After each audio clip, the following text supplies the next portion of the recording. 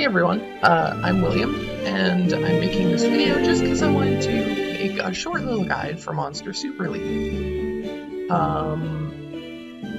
And there's some of you out there, my friends on Discord, who tried to compare me to someone when I said I wanted to make a little guide. And I'm not naming names, but I'm not naming names. Anyways, the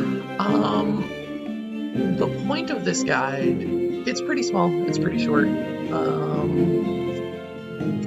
don't think it's like it's some mysterious unknown thing, but I don't hear it talked about a lot. So on the off chance that you need a guide, I want to teach you guys how to Nehza farm. And what I mean by that is, if you look over at the fusion tree and you go specifically to the fusion for Dark Beetle, you can make water Nehzas. And what's so special about this particular fusion is that both of its parts, which is Wood Radius and Water Spore Fist, they're both completely farmable. And you don't really get that with most other Nat 4s, at least not so easily. Like, Jelly, can't fuse her, you gotta rely on getting mini cats.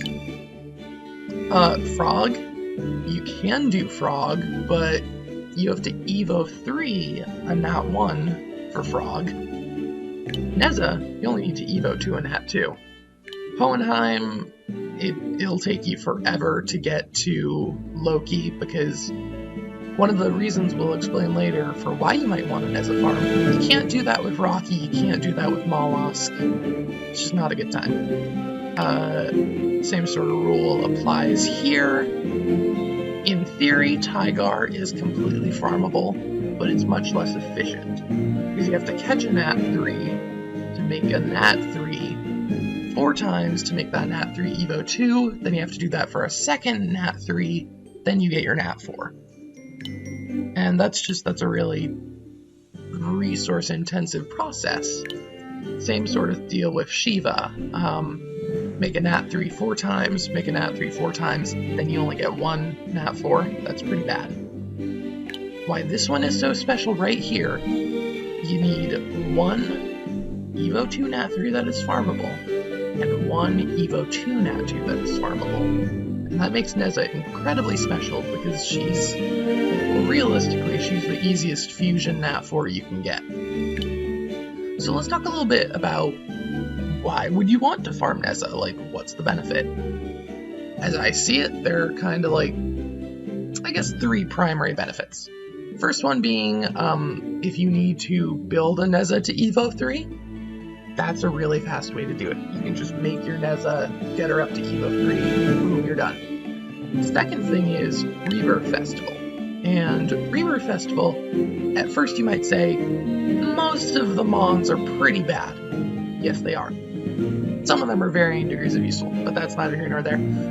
What is important is when you build them, you get Astro Guide gems at a Nat 4 level, which is pretty good. That's like, I forgot how much it is for getting them at Evo 1, but between Evo 2 and Evo 3, not counting quest gems, that's 240 gems.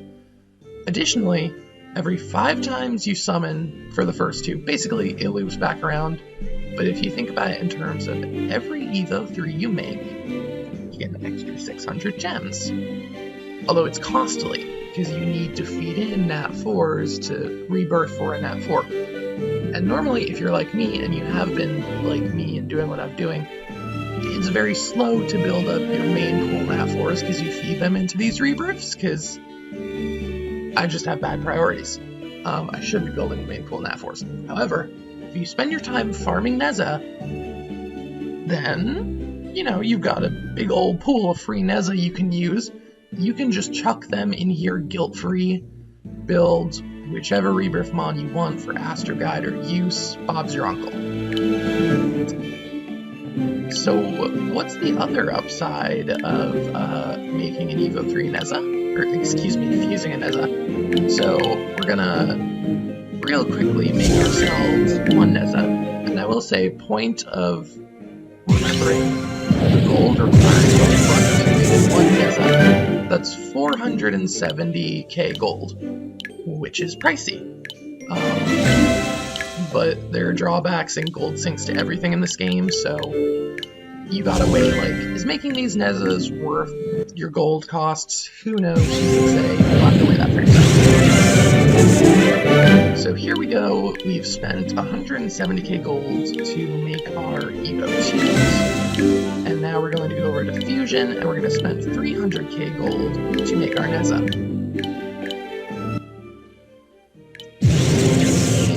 And this is going to lead into... Oh, Nehza. It's actually pretty cool.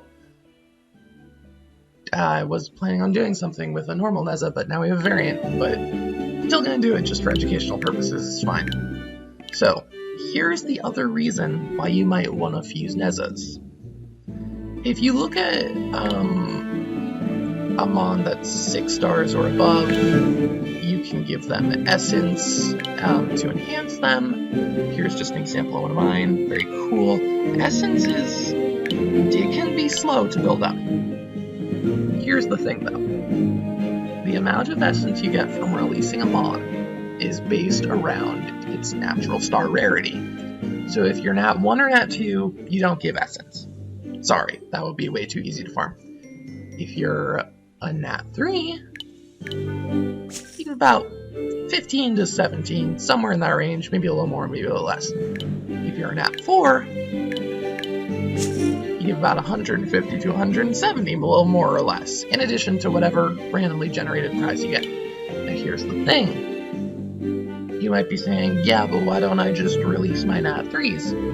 Because the investment cost, if you think about it as like, I'm putting 4 Nat 3s in to get 1 Nat 4 out, break it down like I'm putting 60 essence in to get 150 out. It's like, you're paying gold, yes, but you're building up 90 extra essence, which in my mind is a real benefit, because essence, like so many things in this game, it can be random on what you get.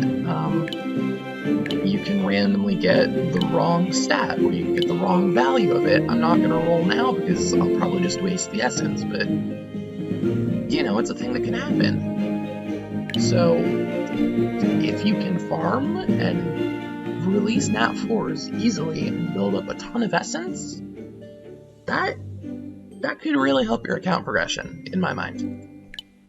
Now, I do want to point out, Nehza farming is not a perfect thing. There are some drawbacks to it. We've covered the gold cost. A secondary cost, I would say, is in terms of which stages you are farming. Because, and I'll show you down, I'll break it down because I haven't explained where.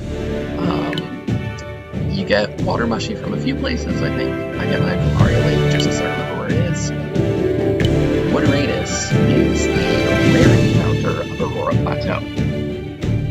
And that's important because he only shows up here. Unlike, for example, Yeti, who's the super rare, shows up in Glacial Land too. Now this means two things. So let's go into the stage here for a second. With auto capture options, you have to make sure your rare is on, which is unfortunate. We'll get to why in a second.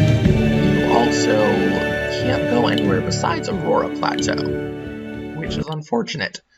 The reason this is unfortunate, we go back, thank you, is because you're only farming one stage, and that's going to really slow down the rate at, it basically halts the rate at which you can build out your super stones. And super stones are very important. I was debating whether to say, like, if you don't know, or you obviously know, but I don't know who's watching. So if you're new and you don't know, super stones are used to take Nat 4 astromons, typically, sometimes they're 3 or 4, but typically 4, and give them increase to their power just across the board.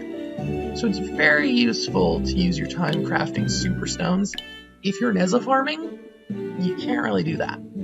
So it's kind of like you get one, you get the other. You can try and balance them, of course, and like, okay, today I'll go Superstone farm, tomorrow I'll Nehza farm, and that's perfectly fine. But I just want to get across the point of, like, when you're Nehza farming, unless you've done it up so that, like, the components from Aurora Plateau are the components you just happen to need on that day. Unless that's the case, Nehza farming is going to slow down your superstar production. And that's just sort of the short and long of it. So overall, is Nehza farming worth it?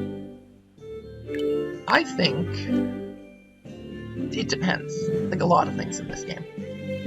If you find you are at a point where farming essence or farming out the Astro Guide for the Nat 4 rebirths is more useful to you, yes.